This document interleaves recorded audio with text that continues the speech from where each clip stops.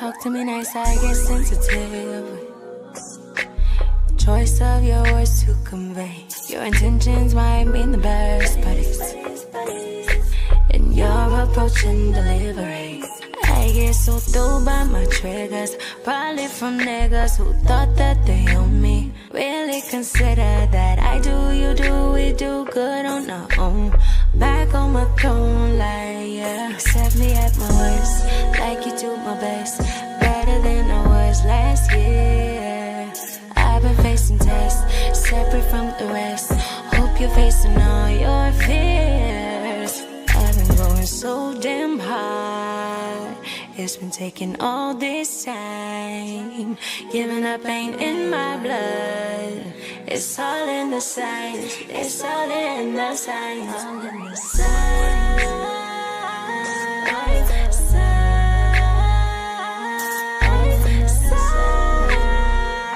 It's all in the signs. It's all in the signs.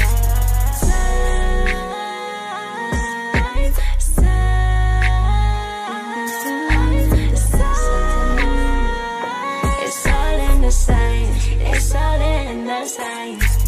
I'm so nice, everybody's type. Eyes on the clock of my demise. Don't you fall into the quicksand. It's better on the cement. Telling no story, no power in your past. Even if you're 30, gotta make it last. I do, you do, we do good on our own. Back on my throne, like yeah. Accept me at my worst, like you do my best. Better than I was last year. I've been facing tests, separate from the rest. Hope you're facing all your fears. I've been going so damn hard. It's been taking all this time. Giving up ain't in my blood. It's all in the signs. It's all in the signs. All in the signs.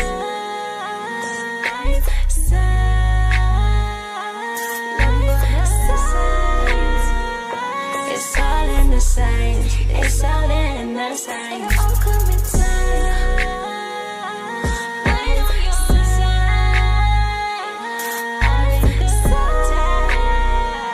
It's all in the signs. It's all in the signs.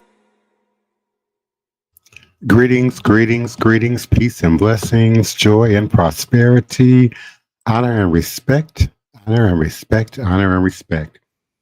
You are now sitting live in another edition of Revolutionary Hoodoo, New Orleans Voodoo Secrets and Recipes, sponsored by, supported by, empowered by NONVD, formerly New Orleans National Voodoo Day, now New Orleans International Voodoo Day. We certainly encourage you, invite you to continue to join us, support us, donate, sponsor, volunteer, and visit our website for coming updates about our 2026 third annual New Orleans International Voodoo Day. Please visit our website at www.vodouday.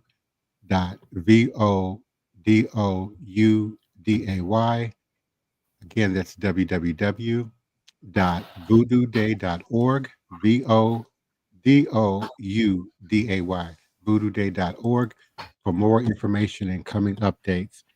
We are certainly honored and grateful for our continued listeners and supporters who show up here in the chat. Greetings and salutations, Nina Lloyd, peace and blessings, D Goddess, to our partner and elder, Reggie, known as Green Soap here on the platform. We certainly appreciate your continued support and participation. To Daniel Neal, our community member, greetings and salutations to you and yours, and certainly the alchemists. We certainly do appreciate each and every one of you. Thank you so much for joining us, Shahid Ali, tonight, and our beloved queen, mother, Sister Toni Val Martinez. Greetings and salutations to you and yours. How you doing? I'm doing great. How are you? Hello, everyone. Hello out there. Hey, Reggie, Elder Reggie. And Yeah. the alchemist, everybody else who I'm gonna miss, name I'm gonna miss. What's going on? And greetings to you, Hi. Elder Reggie. Peace and Go blessings. ahead. Mm. Peace and blessings, divine. Everything is good. Hi, Sister Toni, and the other one is Sister Alchemist. Welcome on board. All is fine. I'm glad the rain and the stormy weather is over. It was a rough night last night. It rained the whole night on us, so it was rough. But other than that, I'm Wow. good. Mhm. That's Yeah, we good. had some localized flooding in our neighborhood today, which we will often get if we get too much Oh, rain okay. at one time. But the forecast is for at least 6 or 7 more days of heavy rain. So do what you can to sort of mitigate that runoff. Um, I know where you live, Mm-hmm. but I won't broadcast where you live. But those who are in the city, Yeah, certainly we have access to yeah. organizations like Waterwise, uh, whose job it is to not only help us to mitigate flooding and climate change, and but to also provide green infrastructure, fountains, permeable driveways, various ways to sort of deal with that water that we deal with seasonally in this region. And so I'm sure there are programs like that in surrounding areas, surrounding states. And we might need to just do a little bit of research, Elder Reggie, and see what we can, Okay. um, you know, provide in the region where you're located.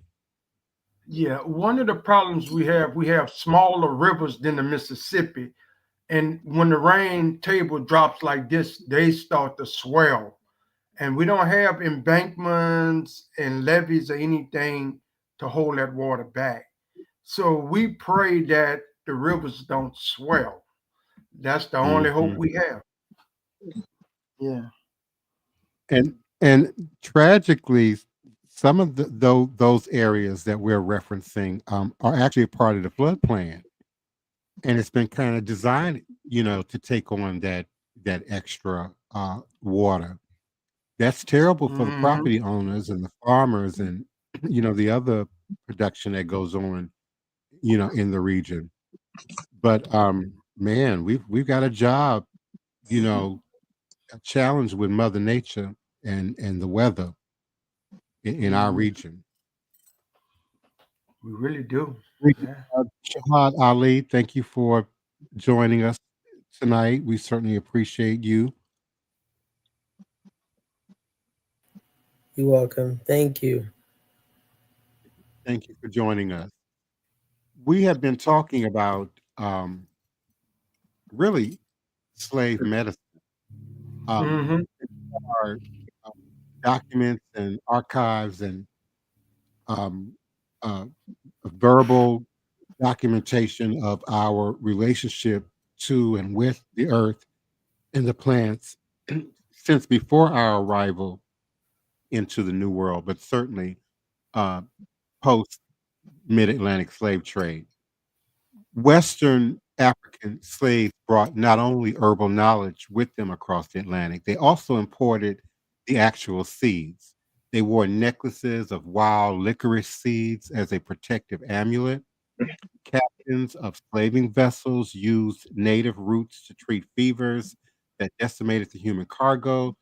Ships' hellish holds were lined with straw that held the seeds of African grasses and other plants that took root in the New World. And moreover, since the West African climate is similar to the climate in the Mid Atlantic region specifically, slaves or the enslaved may have found counterparts to their own plant species. And certainly the herb lure of captive Africans were expanded by contact with native and indigenous tribes, as well as interaction with the Europeans. But we can't neglect the effect of legal restricting. Um, the skills were an advantage to both the slave and the slave owner, but they also posed a threat. our botanical knowledge and skills. Slaves who knew their plants had easy access to poisons, and they knew which herbs could abort pregnancies, could cause sickness, which could cause sudden death. In Virginia, the decades between 1791 and 1809 were marked by a series of slave uprisings. The most notable was the Gabriel Plot, in which over 1,000 slaves attacked the city of Richmond. In 1831, Nat Turner led his famous slave rebellion in Virginia's Tidewater. Virginia state records show that between 1780 and 1864, 58 slaves were convicted of poisoning or attempted poisoning. No matter how much white slave owners relied on and trusted slave healers, they also feared them. And this fear prompted the enactment of laws.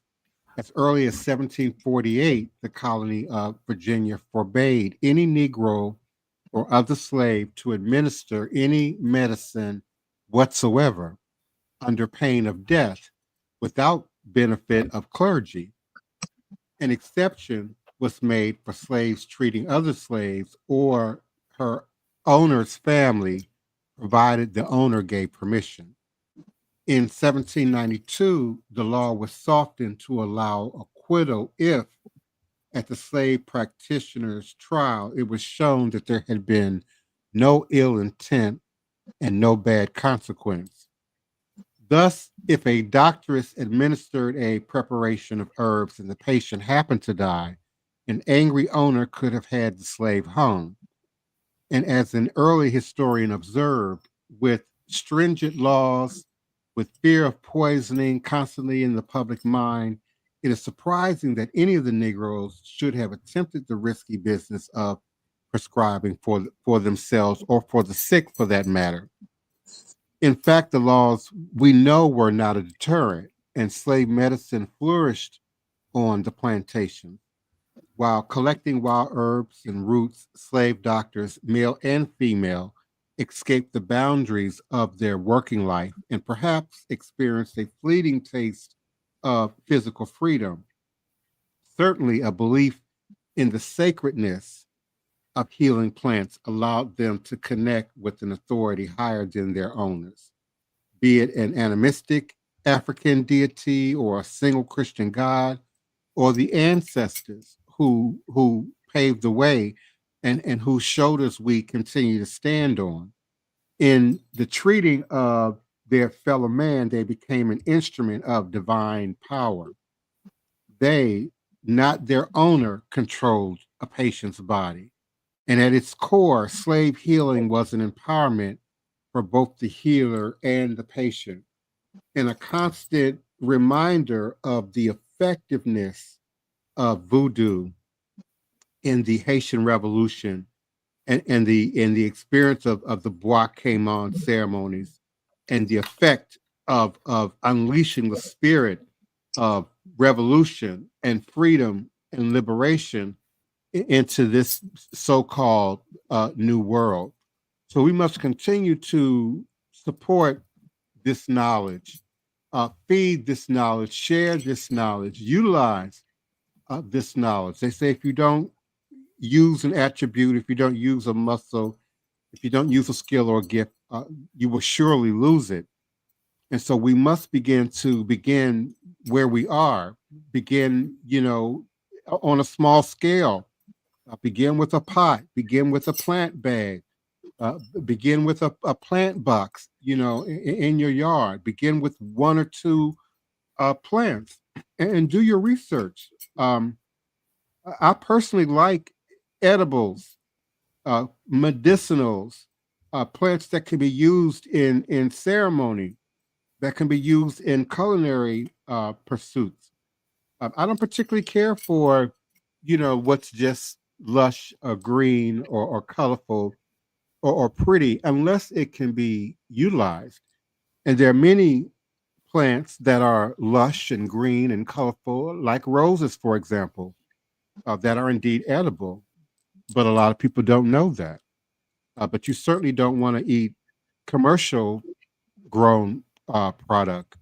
You know, you don't want to eat your Valentine flowers, you know, that have chemicals and pesticides and herbicides sprayed on them, or a part of that chemicalized, industrialized growing process.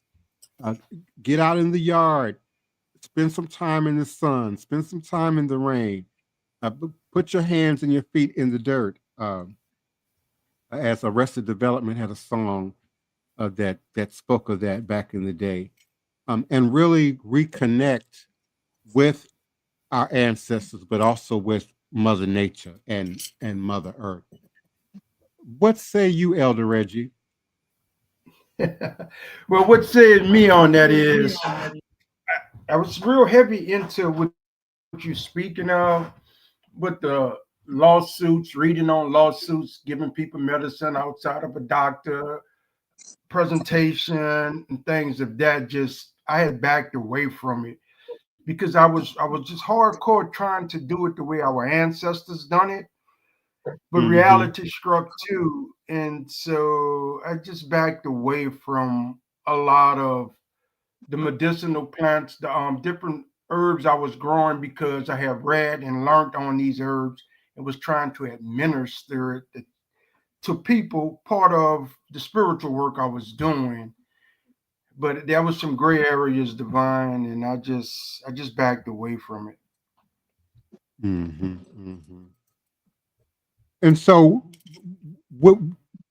Not that I'm trying to get deep into your business, but so are you more reliant now on commercial product, No, I'm or is fortunate it? out here where I live now. They have co-ops, and there's a lot of people that's grow out here, and I can always go to a farmer's market on the weekend or some of the co-ops and get what I need. But I'm Mm-hmm. not using it in my practice anymore. I basically, when I buy fresh like that, it's for the house for consumption. But I had learned how to do tinctures and Okay. different herbs because I was trying to make it part of my healing modality. Mm-hmm. And that's Mm-hmm. when I started running into some gray areas, and I backed away from all that. Yeah, and it's many levels to it. It, Mm-hmm. it definitely is. Yes. D Goddess, I love honeysuckle, the sweetest of honeysuckle when I can find them. Before the birds and the bees have sucked all the nectar nectar out of them. But yeah, I love honeysuckle, and I love flowering tops. Generally speaking, of any of the herbs, mints, your rosemary, your sage, all produce just the sweetest flowerets at the top. And I tend to grow enough so that I can harvest some tops, without damaging a plant, and allowing its growth cycle to continue, while allowing another portion of it to stay uh, relatively untouched, to feed the pollinators, like your bees, your butterflies, and your other pollinating insects. I have a lot of bees. I knock on wood, have not ran into a problem with the shortage of pollinators or bees. I Mhm. certainly do grow product that's edible, medicinal, and certainly used in ritual application, but also draws pollinators. Borage is another plant that our ancestors would have well utilized, that's still available today. Um, I don't think you hear it a lot, so it's maybe not a popular product, but it's a herb that goes back to at least the early 1800s, if not earlier, in our adaptability and our usage for uh, both food, but also for medicinal and ritual purposes. Um, Mhm. so, finding plants that suit your needs, finding plants that And when I say your needs, not just, you know, dietary or medicinal or you know, ritual, but even mitigating, you know, the climate change, mitigating erosion in your property, keeping mosquitoes out of your yard can also be greatly prohibited by the type of herbs and plants that you grow. Certain plants, like citronella, produce oils and scents and fragrances that disrupt, um, you know, the frequencies in which many insects communicate with or find them irritants, and so they can keep mosquitoes down and other problem insects down. Yeah, But, like basil, it Mhm. keeps away flies. mm-hmm, mm-hmm, When I lived in Memphis, I don't know, for some reason, every time you open my back door, even though nothing wasn't back there but grass and concrete in my yard, but I think it came from a creek behind me, and I just planted a 5-gallon bucket of um basil at my back door, and that kept the flies from coming in the house. Hmm. And I had basil growing in my window in my kitchen also.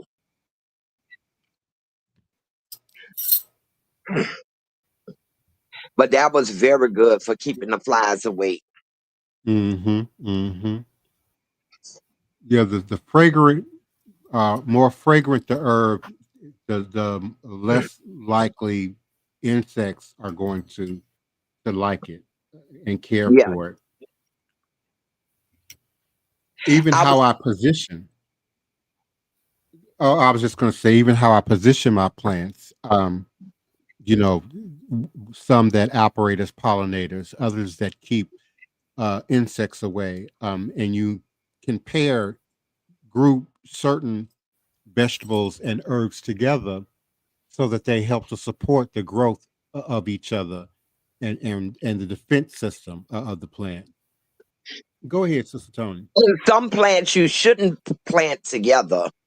So when Mm-hmm. you thinking about starting your garden or whatever, you should know which plants are good for each other and which plants are not good for each other. Mm-hmm. Mm-hmm.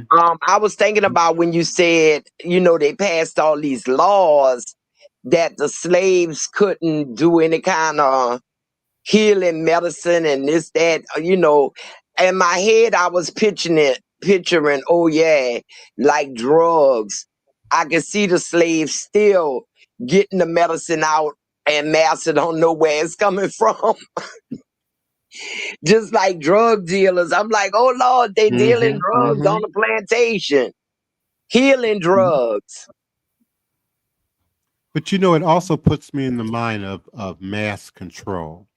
You know, first we outlawed their ability to use natural plants and natural medicine and natural herbs, and then you know the industrial revolution kicks in, and you know, and we get these oats and these box cereals, and then you know, as industrialization continues, you know, the TV dinner, and then the microwave, you know, products, and we've just gradually gotten away from um, our connection to nature and natural food, almost wholesale in many ways. Our young people often don't know where the food comes from, how food is often grown, and much has changed over the decades in terms of how food production is operated. Yeah, you're right. They wouldn't know. I mean, I really feel sorry for the younger generation. A lot of them, hell, they can't even name parts of a chicken. I know some, and I know they definitely don't know how to cut up a chicken. Yes, And indeed. my thoughts is what happens when the lights go out, because I'm always Mhm. thinking we going to be in a time when electricity not going to be there. I mean, do they even know, you know, how to trap. I know they don't, and catch animals. That would be fun to see. Like giving them a phone with a rotary dial and just watch them sit there and look at it. Just look at it like what it do, what I'm supposed to do. So it would be,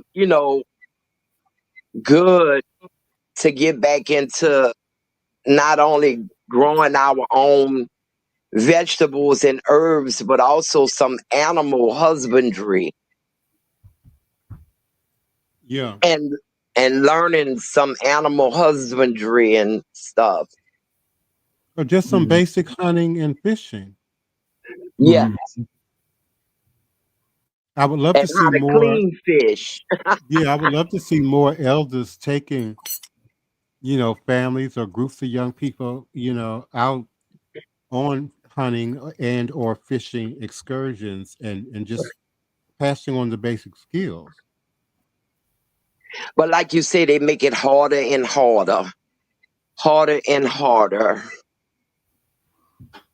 Oh, yeah. With the game wardens and where you can fish, and all the good fishing spots are off limits because industries have bought that property of land that go down to the water. Like where I grew up at in the lower ninth ward, man, we could walk fishing all on the industrial canal. I Yep. mean, just anywhere we wanted to go on the industrial canal. But nowadays, you can't even access the industrial canal. Nope. You really can't. Mhm. And lake fishing is fine as long as you got your license. Mm-hmm. As long as you got your license, that's a nice outing that me and my family will take at night. We like to go night fishing. Get up under one of those street lights they have out there and fish out there when the sun not pounding down on us. Yes, indeed. Teach the My people, children how to no, clean fish. my people in Mississippi like to go fishing early in the morning. Yeah, in some areas, you got to know 3 o'clock your in the morning. areas. Mm-hmm. Because me and when I was a child, we would get out 4 o'clock in the morning to go drive to fishing holes and fishing spots, and being on the water early in the morning. But like we knew when the fish is biting. That's what the old people say. What time the fish is biting? Yeah.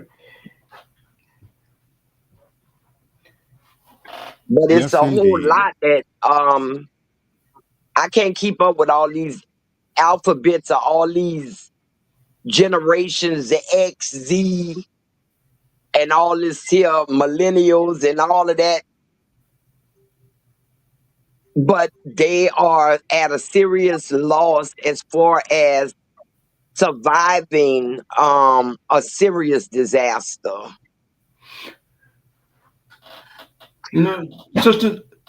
Sister Toni and Divine, you guys both raised a good point, and I'm bringing this up what I've seen firsthand with Katrina. After the levee broke in the upper ninth ward area, we could not find any boats to commandeer, take away, to go help the people who was in the lower line towards St. Bernard with all the water. We just couldn't find boats. So that tells us there's not a lot of people that's buying boats, small skiffs or whatever to go fishing. They're just not doing it. And so when a tragedy like Katrina happened, we didn't have no boats to commandeer. No, very few people have boats, as we can see from just riding through the city.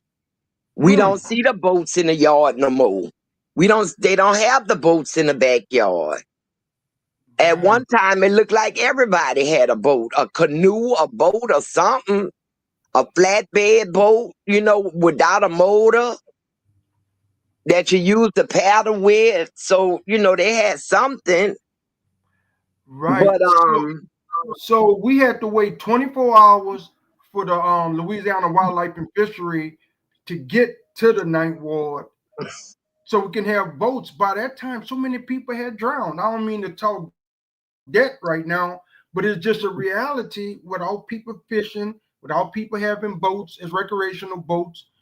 When a time like Katrina came, we didn't have access to it. no, we didn't. Why go fishing when you can buy fish? That's the mantra now. True. But if you went back to a time when you just couldn't go walk in and buy fish anymore, they're not gonna know how to get the fish. Mm-hmm. Yeah. They're not gonna know how to put the worm on the hook. Because they're gonna be like, ew. You know, so we have to do our best to get the word out. And YouTube have a lot of videos for people that's just wondering to get an idea. Mm-hmm. But our time has come to an end. And I would like to thank everybody for joining us. Mm-hmm. Divine Prince. Yes, thank you kindly for everyone for joining us weeknights at 9 p.m. U.S. Central Standard Time. And again, we invite you to join us for our 3rd annual New Orleans International Voodoo Day, May 9th and 10th of 2026. Visit our website at www.vodouday.org,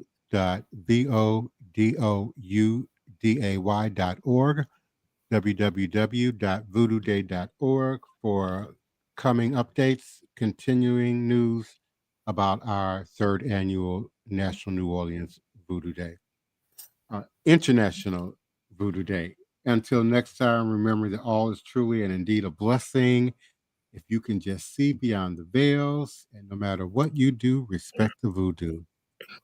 Odabo. Good night, everyone.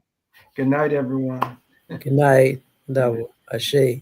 Ashe.